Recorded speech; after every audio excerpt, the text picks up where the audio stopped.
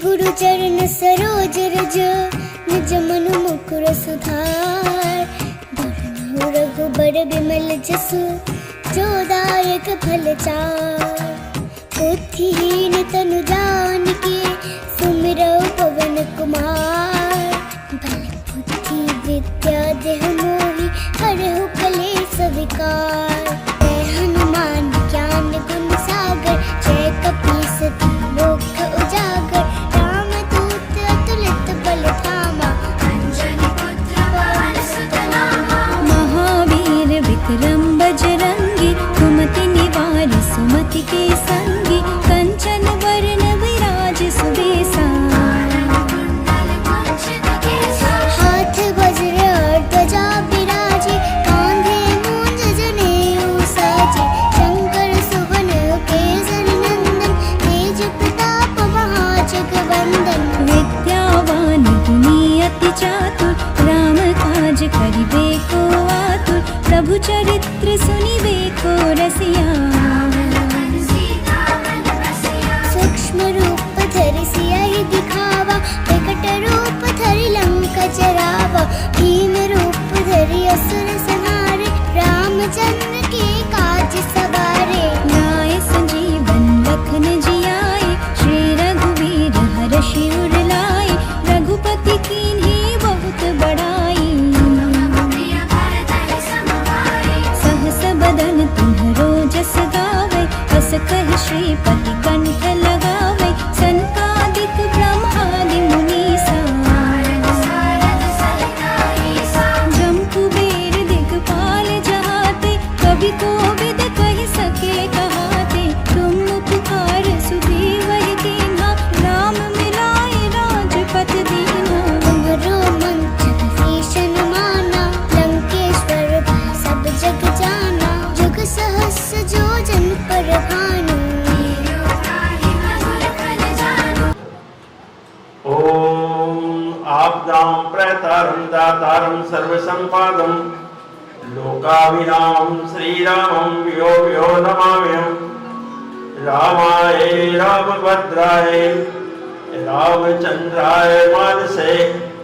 रघुनाथाय नाथाय सीताय पते नमः। नीलाम्बुज श्यामल कोमलांगं सीता समारोपित वामभागं। पाणो महासायक चारुचापं नमामि रामं रघुवंशनाथम्। ॐ अंजनीसुताय विद्महे वायुपुत्राय धीमहि तन्नो हनुमत् प्रचोदयात्। सिया राम मैं सब जग जानी। करहूँ प्रणाम जोर जुग पानी। उमा कहो मैं अनुभव अपना। सत हरि भगत जगत सब सतना। बिनु सतसंग विवेक न होई। राम कृपा सुलभ न सोई। इस पावन और पवित्र माँ वैष्णो के दरबार में पूनम माता जी के बारे में तो मेरे शब्दकोश में शब्दों की कमी होगी। बड़ा सहज स्वभाव, सरल स्वभाव और मधुर और मिलनसार स्वभाव। अंग्रेजी में कहते हैं एक्सेसिबल टू एवरीवन। कोई भी व्यक्ति किसी भी जाति किसी भी वर्ग, चाहे वो अमीर है चाहे वो गरीब है, माता जी के चरणों में नमन कर सकता है। सबको बराबर प्यार देती हैं, प्रेम देती हैं, बराबर ही आशीर्वाद देती हैं। ऐसी प्रतिमूर्ति को मेरा वंदन और मेरा अभिनंदन। और उभरता हुआ सितारा डॉक्टर अलका शर्मा जो अपनी माता के नक्शे कदम पे चलती आ रही हैं, निरंतर समाज के प्रति, अध्यात्म के प्रति। हमारे श्री सुरेंद्र फुल्लर जी केंद्रीय सनातन सभा के प्रधान भी यहाँ बैठे हैं। इन्हें जो हमने पद से शोभायमान किया, कोशिश कर रही हैं कि उस पर खरी उतरे, उसके लिए भी उन्हें साधुवाद और बड़े प्रेम से आज आयोजन किया। मेरा मन था कि आज हम नृत्य नहीं करेंगे, क्योंकि मैं विवेचना करता हूं हर बात की और उसके बाद किसी परिणाम पे पहुंचता हूं। मैंने गोसाई जी को इशारा किया कि आज नृत्य नहीं होगा। क्यों नहीं होगा? हम भगवान राम के प्यारे भगत हनुमान की साधना कर रहे हैं, आराधना कर रहे हैं, उपासना कर रहे हैं। जो अधिकार हनुमान जी को है वो हमें नहीं है। क्यों? अगर ये रास लीला होती, कृष्ण की लीला होती, राधा की लीला होती तो मैं कहता सारे नाचो। लेकिन मन में ये आया कि राम के आगे तो मर्यादा पुरुषोत्तम लगा हुआ है। जहां मर्यादा हो वहां हम मर्यादा को लांघ नहीं सकते। हमें हनुमान चालीसा पाठ को बड़े गहन विषय को समझ करके ग्रहण करना है, क्योंकि हनुमान चालीसा एकमात्र कोई गुटका नहीं है। ये हमारे वेदों का सार है, हमारे शास्त्रों का, ग्रंथों का सार है, पुराणों का सार है, उपनिषदों का सार है और जो हमारे महापुरुष साधु संत ऋषि मुनि कह गए हैं उसका भी सार है। तो इसलिए मन में आया कि हम, लेकिन जब मैंने अलका जी की मन की भावना को देखी तो प्रभु भी समर्पण कर देते हैं। मैंने जो हो रहा है सो होने दो। तो इसलिए और कोई कारण गोसाई जी नहीं था कि मैं चाहता था कि ये मर्यादा पुरुषोत्तम भगवान राम की जो लीला है इस पे यदि हम सारे मर्यादित होके चले तो शायद भगवान राम लल्ला को भी अच्छा लगेगा। पिछले मंगलवार को ज्योति पार्क में स्वामी दिव्यानंद जी के गीता आश्रम में मंगलवार को शाम को हनुमान चालीसा पाठ में कौन कौन उपस्थित था? जरा हाथ खड़ा करेंगे। 1 2 3 4 5 6। आप थे वहां? नहीं, फिर हाथ क्यों खड़ा कर रहे हैं? भैया थोड़ा कैमरे वाले साइड पे हो जाओ, तुम थोड़ा साइड पे हो जाओ। अब आप 6 में से बता सकते हैं कि उस दिन, हाँ जी 2 8 हो गए जी राजपाल जी, बता सकते हैं कि उस दिन मैंने किस विषय पे चर्चा की थी? बड़ी जल्दी हाथ खड़ा किया, अब कोई नहीं बोल रहा। किस विषय पर मैंने उस दिन व्याख्यान किया था, किस विषय पे चर्चा की थी? कोई बता सकता है? हाँ जी,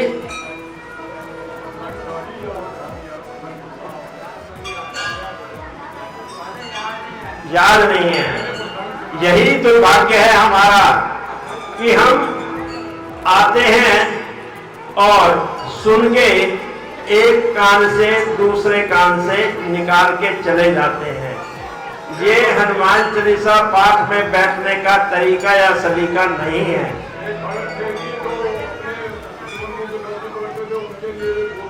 हाँ जी,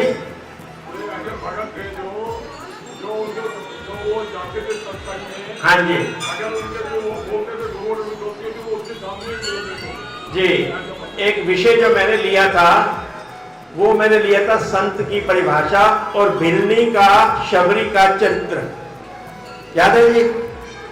शबरी का चरित्र, क्योंकि शबरी मेरे हृदय से जा ही नहीं रही। सोच के आया था कुछ बोलूंगा, लेकिन शबरी बार बार आ जाती है। यदि आपको याद हो, मैंने बताया था कि उस संत ने लक्ष्मी को श्राप दिया था कि तुम शबरी के रूप में सबर परिवार के अंदर 10,000 साल निरंतर साधना करोगी, ऋषि मुनियों की आश्रम में जाकर के सेवा करोगी, उसके बाद जाकर के तुझे राम मिलेंगे। अब प्रश्न आता है कि राम मिलेंगे कैसे, और जब मिलेंगे तो दिखेंगे कैसे? अगर दिखेंगे तो अकेले आएंगे या बहुत सारे लोगों के साथ आएंगे? उसके मन में एक जिज्ञासा थी, शबरी के मन में जिज्ञासा थी। हे गुरुदेव, आपने कह तो दिया कि मैं जा रहा हूं बैकुंठ धाम और तुम इंतजार करना, राम आएंगे और तुम्हें दर्शन भी कर देंगे। और एक दिन अचानक राम आ गए। अब राम के आने के बाद शबरी को दीवानापन होना चाहिए था। उसको नहीं मालूम ये राम है, उसके नहीं मालूम कि कौन है। उसके मन में कोई जिज्ञासा नहीं, उसे अपने गुरु की याद आ गई। मैं बात कर रहा था गुरु तत्व की। पिछले सप्ताह भी मैंने गुरु के ऊपर, संतों के ऊपर बोला था, संत हृदय नवनीत समाना। संतों का जो हृदय होता है, दिल जो होता है, वो मक्खन की तरह होता है, मुलायम। तो उसने गुरु को याद किया कि हे प्रभु, आपने मुझे कहा था कि अब शांति से, अब इनको बैठने दो अपने हिसाब से, ये आपके क्लाइंट नहीं, ये ईश्वर के हनुमान जी के हैं सारे, बैठ जाओ जी आराम से। एकाग्रता भंग नहीं होनी चाहिए, बहुत गहरा विषय लेने वाला हूं मैं आज, इसलिए पोडियम मंगाया है। उसने अपने उस समय गुरु को याद किया कि दो पुरुष सामने से आ रहे हैं, क्या यही राम हैं? क्या यही मर्यादा पुरुषोत्तम मेरे प्रभु हैं, जिनके लिए मैंने आजीवन निरंतर 10 साल तक ऋषि मुनियों की सेवा की और आश्रम में जाकर के संतों के चरणों में सत्संग को सुना? उसे अपने गुरु की 5 बातें याद आ गई। उन्होंने राम को नहीं देखा, उन्होंने अपने गुरु को याद किया कि उन्होंने कहा था 5 लक्षण होंगे उस व्यक्तित्व के, जब राम आएंगे तो तुम्हें 5 दृष्टिकोण से उन्हें देखना होगा। वो 5 दृष्टिकोण क्या थे? पहले उनके सर के ऊपर जटा मुकुट होगा। ये तुलसीकृत रामायण की बात मैं कर रहा हूं, कोई मेरी मन गढ़ंत नहीं है ये। उनके सिर पे जटा मुकुट होगा। अरे भैया तुम रहने दो, कुछ मत करो, बैठने दो जहां, कोई बीच में पानी जरूर पिलाओ, कोई डिस्टर्बेंस ना करो प्लीज। उनके सिर के ऊपर जटा मुकुट होगा और दूसरा लक्षण होगा उनके नैन कमल के समान होंगे। उनकी आंखें, उनके चक्षु कमल के समान होंगे। तीसरा लक्षण होगा उनके गले में वनमाला होगी और चौथा लक्षण होगा उनकी भुजाएं लंबी होंगी। यदि आपको मालूम हो, प्रायः हम लोगों की भुजाएं घुटने तक होती है, उसके नीचे नहीं जाती। किसी को भी घरे खड़े होकर के जब सत्संग खत्म हो, आप देख लेना, आपकी जो भुजा है वो घुटने से नीचे नहीं जाएगी। लेकिन मेरे प्यारे राम, मर्यादा पुरुषोत्तम राम की जो भुजाएं थी वो घुटने से नीचे जाती थी। ये चौथा लक्षण बताया। कहला 5वां लक्षण ये होगा कि वो अकेले नहीं आएंगे, अपने भ्राता के साथ आएंगे और वो भ्राता जो है वो गौर वर्ण का होगा। इसको बोलते हैं त्रिकालदर्शी ऋषि। उन्होंने देखा नहीं था राम को, उनके गुरु ने राम को देखा नहीं था, लेकिन साधना का प्रभाव इतना गहन है कि उनको पता था कि जब भी कभी राम आएंगे मेरी शिष्या भिल्ली के पास, शबरी के पास, उनके अंदर ये 5 लक्षण होंगे। अब भिल्ली दीवानी हो गई, उसने देखा सर पे जटा मुकुट तो है और नैन भी इनके कमल की तरह हैं, लेकिन गले में इनके क्या है ये मैं कैसे जानूं? उन्होंने पूछ लिया, हे आर्यवर, ये आपके गले में क्या है?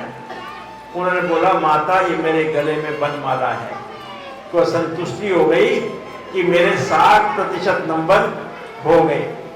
चौथा देखा, भुजाएं वास्तव में घुटने से नीचे जा रही है, तो 80% मेरे नंबर हो गए।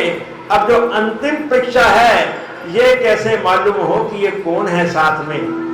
ये इनके भ्राता है या सखा है या इनके मंत्री हैं या इनके सहायक हैं? तो पूछ ही लिया कि ये आर्य के कौन है? उन्होंने बोला, हे मां, ये मेरा भ्राता है, अनुज भ्राता है, गौर वर्ण में है, लक्ष्मण इसका नाम है।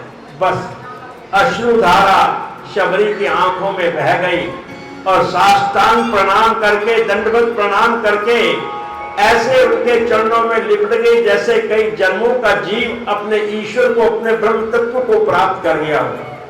खूब रोई। रोने के बाद प्रभु को कहती है, मैं तो अधम हूं, अधम से भी अधम हूं, नीच जाति की हूं, क्योंकि भिल्ली को हिंसक जाति में माना जाता है। अभी भी भील जाति जो है, छोटा नागपुर में आप झारखंड साइड पे जाएं, अभी भी भील जाति है। इन्हें हिंसक यानी कि शिकार करते थे। वो एक वक्त था जब ये आदमी को भी मार देते थे अपने शिकार से। तो मैं अधम जाति से हूं, अधम से भी अधम हूं, नीच जाति से हूं। प्रभु आपने उसके बावजूद भी मुझे आकर के दर्शन दिए। प्रायः ईश्वर के दर्शन करने के लिए जीव इधर उधर भटकता है। मैं भाग्यशाली हूं कि मुझे आपने आकर के मेरे इस प्रांगण में, मेरे इस आश्रम में आकर के दर्शन दिए। न जाने कितने जन्मों का मेरा फल होगा। अब आता है एक बहुत बड़ा गंभीर विषय। शबरी ने जूठे बेर खिलाए। किस किस को पता है? हाथ खड़ा करें। शबरी ने भगवान राम को जूठे बेर खिलाए। खुल्लर साहब भी हाथ खड़ा कर रहे हैं। गोसाई जी आपका हाथ कहां है? खिलाए? वो कह रहे नहीं खिलाए। खुल्लर साहब कह रहे हैं खिलाए। रामायण किस किस ने पढ़ी है? और किस किस ने पढ़ी है? पूजा आपने रामायण नहीं पढ़ी? पुष्पा भाभी जी ने पढ़ी होगी। कहीं रामायण में लिखा हुआ है, कहीं एक शब्द भी, बेर शब्द भी लिखा है? बताओ। कहीं झूठा शब्द लिखा है? यही हमारा दुर्भाग्य है कि कुछ लोग अपने स्वार्थ की खातिर हमारे जो ग्रंथ हैं, हमारे जो पुराण हैं, हमारे जो भी उपनिषद हैं, उनके अंदर से कुछ गलत शब्द निकाल करके समाज के अंदर प्रस्तुत करते हैं, जिसके कारण कहते हैं लक्ष्मण ने तो नहीं खाए और भगवान राम ने उसके जूठे बेर खाए। कहीं पर भी रामायण के अंदर ये शब्द नहीं लिखा है। बड़ा सुंदर शब्द लिखा है कि भिल्ली ने कंदमूल फल खिलाए। अब कंदमूल फल में सब कुछ आ गया, बेर भी आ गया, लेकिन अब हमें ना इसी चीज की विवेचना करनी चाहिए। कभी भी आडंबर और पाखंड की ओर मत जाओ, उसकी वास्तविकता में जाओ। हिंदू का मतलब क्या है? जो हमारे इतिहास के पन्नों को देख करके उसमें से कुछ निकाल के आए और आने वाली युवा पीढ़ी को भी बताए। जूठे बेर शब्द कहीं नहीं लिखा। हाँ, वो इतनी उस समय दीवानी हो गई, वो एक पेड़ पर जाती थी, उसके फल चखती थी कि इस पेड़ के फल मीठे हैं, फिर उस पेड़ के फल लाती थी, फिर दूसरे पेड़ पे जाती थी, उस पेड़ के फल चखती थी, फिर तीसरे पेड़ जो फीके होते थे उसको नहीं लाती थी, क्योंकि यदि एक वृक्ष का एक फल मीठा होगा तो संभवतः सारे उसके जो फल हैं मीठे होंगे। ये थी उसके मन की भावना। और तब आकर के उसने कंदमूल फल प्रभु को अर्पित किए। कहीं भी जूठे बेर, ठीक है, भजन में गायकी में लिखते हैं तो प्रभु तूने जूठे बेर खाए भिल्ली के, लेकिन हमारे ग्रंथ ये नहीं बोलते हैं। ये दिमाग में लेके चलो कि हमें आडंबर और पाखंड जो गलत धारणाएं हमारे समाज में हमारे धर्म के प्रति बनी हुई है, हमें उनका खंडन करना है। और उसके बाद प्रभु का आपस में वार्तालाप होता है कि हे मां, मेरी अर्धांगिनी सीते न जाने कहां चली गई, मैं उसे ढूंढ रहा हूं। अब वो भिल्ली भी जानती है भविष्य के बारे में। उसने सीता को देखा नहीं है, लेकिन आजीवन 10,000 वर्षों तक, उस समय भगवान राम की आयु थी लगभग 22 और 13 35 वर्ष। 22 वर्ष की उम्र में वो वनवास आए थे और 13 वर्ष के बाद ये सब कुछ हुआ। 14 वर्ष उनका सारा लीला का था। उसी में उन्होंने रावण का संहार किया, खरदूषण का संहार किया, बानरों को मिलाया सबको। तो कहने का अभिप्राय है कि वो जो समय था वो जानती थी। उसने बोला कि हे प्रभु, पंपापुर नाम का एक शहर आपको नजर आएगा, वहां सुग्रीव का राज होगा, सुग्रीव के साथ आपको हनुमान भी मिलेंगे, वो आपकी सहायता करेंगे। संत जो है सब कुछ जानता है, लेकिन संत कब हम संत बनते हैं? जब सत्य मार्ग पर चल के हमारी साधना के अंदर कोई मिलावट ना हो। मात्र मंदिर में आकर के घंटी बजाने से संतत्व नहीं मिलता। साधु का पद पाने के लिए साधना करनी पड़ती है, योगी बनने के लिए योग करना पड़ता है, और अनुसंधान कौन करता है? ऋषि करता है, और तपस्वी तप के माध्यम से ईश्वर को प्राप्त करता है। ये मार्ग इतना आसान नहीं है। यदि आप निरंतर 40 दिन मंदिर जाते हो, आप सोचो मैं भगत हो गया ना। हनुमान जी भी अंत काल रघुवरपुर जाए, अंत काल में जाकर के उन्हें अंत काल रघुवरपुर जाई, जहां जन्म हरि भगत कहाई। उनको भक्ति का पद, भक्त का पद कब मिला? सारा जीवन निरंतर प्रभु की सेवा करने के बाद अंत काल रघुवरपुर जाई, जहां जन्म हरि भगत कहाई। पंपापुर का बताया, सुग्रीव का बताया, हनुमान जी का बताया, और उसके बाद बोले कि प्रभु मैं अधम जाति की हूं, मैं नीच जाति की हूं। प्रभु राम ने कितने सुंदर, इसलिए आज मैं पेपर के ऊपर कुछ पॉइंट लिख के आया हूं कि प्रभु ने कहा कि हे भिन्नी, हे शबरी, तेरे जैसा सच्चा भगत मेरे जीवन में कोई नहीं है। उसकी आंखों में अश्रुधारा कि प्रभु कैसे कह रहे हैं, मैं नीच जाति, मैंने आजीवन मात्र ऋषि मुनियों के आंगन में, प्रांगण में झाड़ू लगाया है और उनके चरणों की धूल को अपने माथे पे लगाया है। मुझे कोई ज्ञान नहीं, मैंने कोई ग्रंथ नहीं पढ़े, मैंने कोई स्वाध्याय नहीं करा, मैंने कुछ मंथन नहीं किया, तो प्रभु आप मुझे कैसे कह रहे हैं कि मैं भगत हूं? कहते तू वास्तविक भक्त है। कैसे?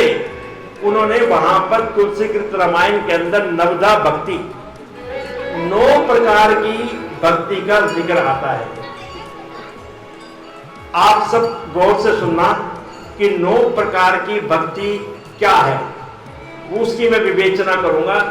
यदि आपके अंदर 1 भी है, 2 भी है, 3 भी है, 4 भी है, आपने आज विश्लेषण करना है कि क्या जीवन के अंदर मैं अपने आप को ईश्वर का भगत कह सकता हूं या कह सकती हूं। आपने इस बात की विवेचना करनी है। सबसे पहले भगवान राम ने बोला प्रथम भक्ति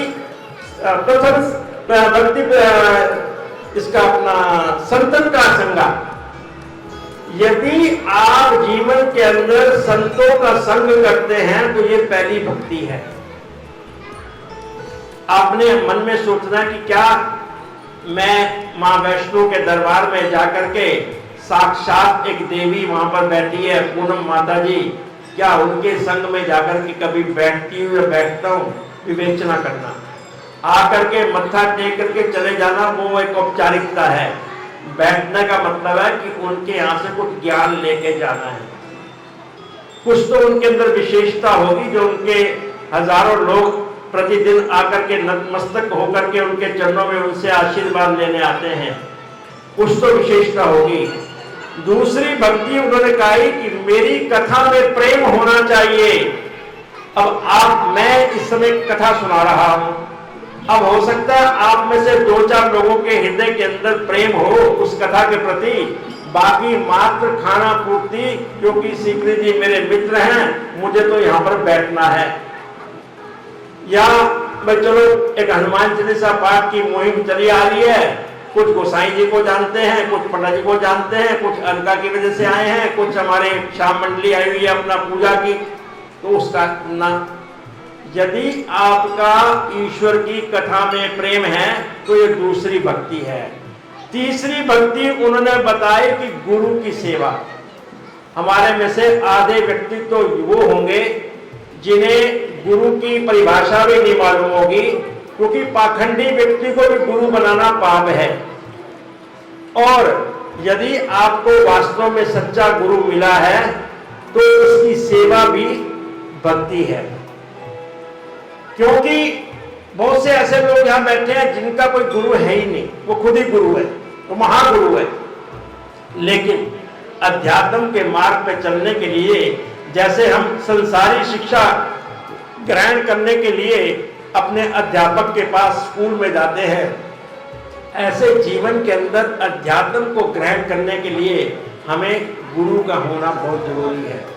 तो ये होगी भक्ति, गुरु की सेवा।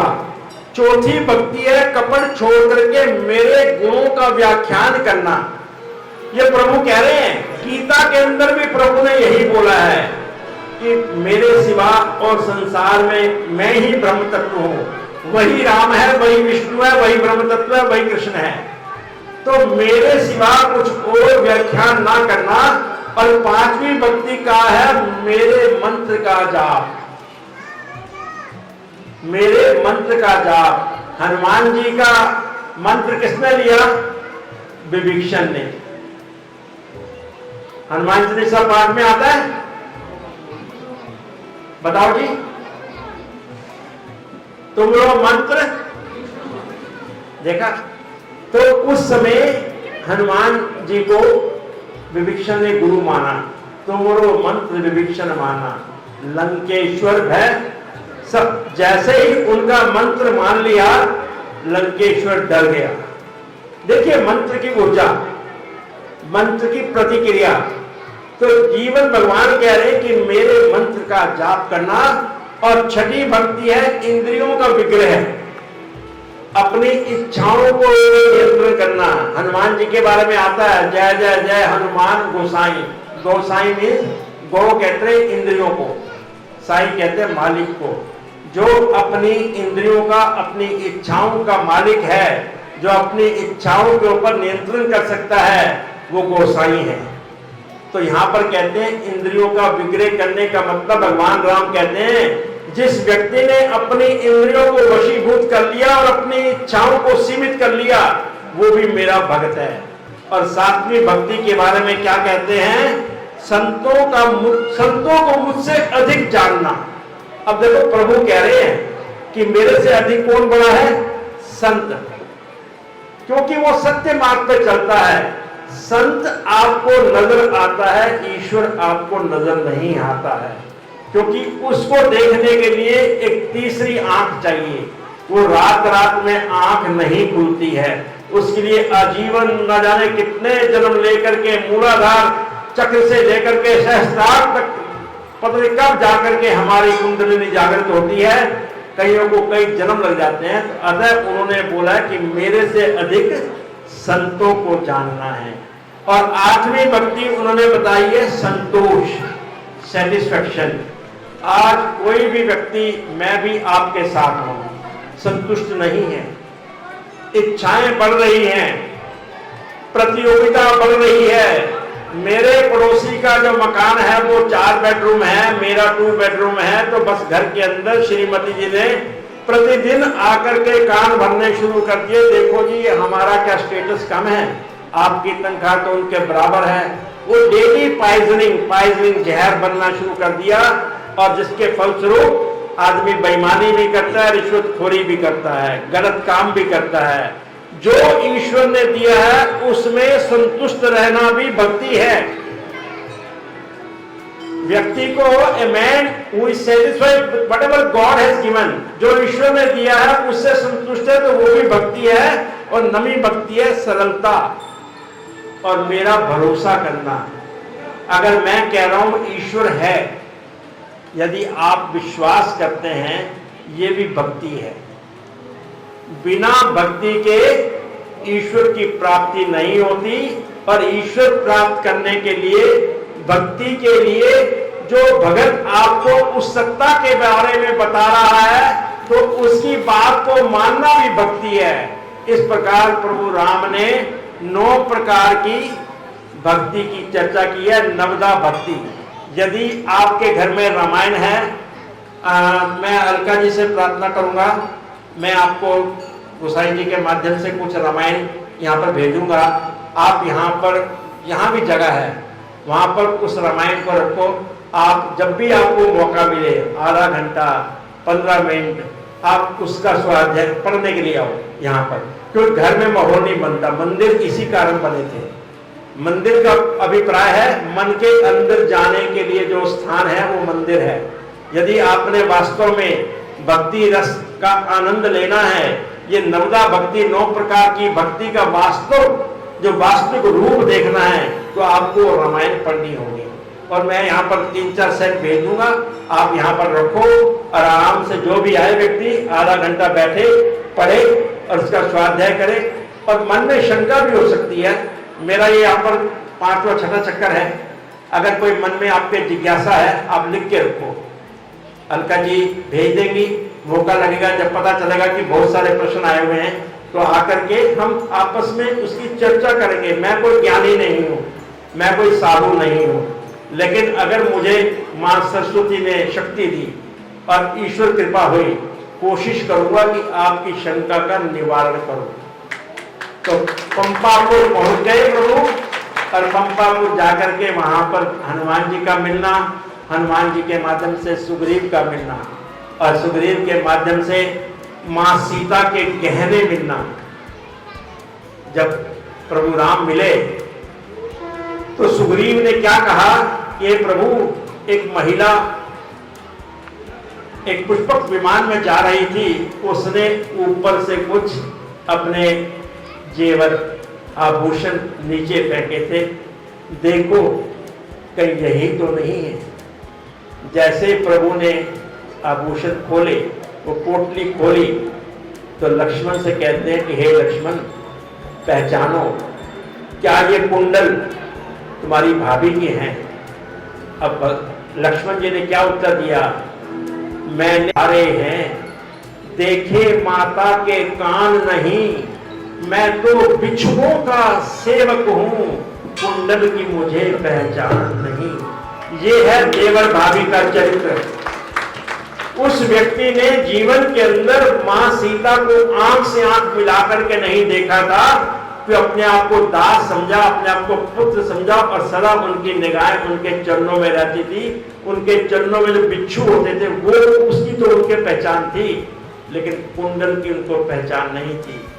तो इस प्रकार हनुमान जी का सुग्रीव से मिलाना और सुग्रीव जी का पुनः वाल्मीकि से बाली से युद्ध करना, तो ये हमारा सारा अरण्यकांड और किष्किंधा कांड हमें भक्ति रस के बारे में बताता है। हालांकि बाली ने शिकायत की राम से कि मैं आपके लिए बैरी हो गया और सुग्रीव प्यारा हो गया, हम दोनों भाई हैं, हमारी आपस में दुश्मनी थी, वो तो ठीक है, लेकिन आपने ऐसा फर्क क्यों रखा? तो भगवान राम ने बड़ी सुंदर पंक्ति लिखी है, उसको बोल करके मैं अपनी वाणी को विश्राम दूंगा। प्रभु कहते हैं कि तूने वर ऐसा मांगा था, प्रत्यक्ष न मारा जाएगा, सम्मुख लड़ने वाले का बल तुझ में खिंचकर आ जाएगा। वरदान किसी का नष्ट करें, ऐसा न कर्तव्य हमारा है, बस इन्हीं कारणों की खातिर ये बाण आड़ से मारा है। ये मैंने बाण इसलिए छुप के मारा है कि तूने वरदान मांगा था, जो भी सम्मुख आकर के तुझे मारेगा उसकी आदि शक्ति तेरे अंदर आएगी हे बाली। इस कारण क्योंकि तूने अपनी छोटी भाभी जो बेटी के बराबर होती है उसको अपने घर में रखा, तूने अपने भाई का अधिकार छीना। ये जो पाप तूने किए हैं, इस पाप की खातिर और तेरे बलिदान की खातिर मैंने छुप के मारा है, और उसके बाद उसको वैकुंठ धाम पहुंचा दिया। आज की हम चर्चा यहीं पर समाप्त करते हैं। यदि किसी बच्चे के मन में, किसी के बड़े के मन में कोई जिज्ञासा हो जो आज हमने चर्चा की है, बात कर लेंगे इसके बाद। अभी फिलहाल वाणी को विश्राम। बोलो जय सिया राम।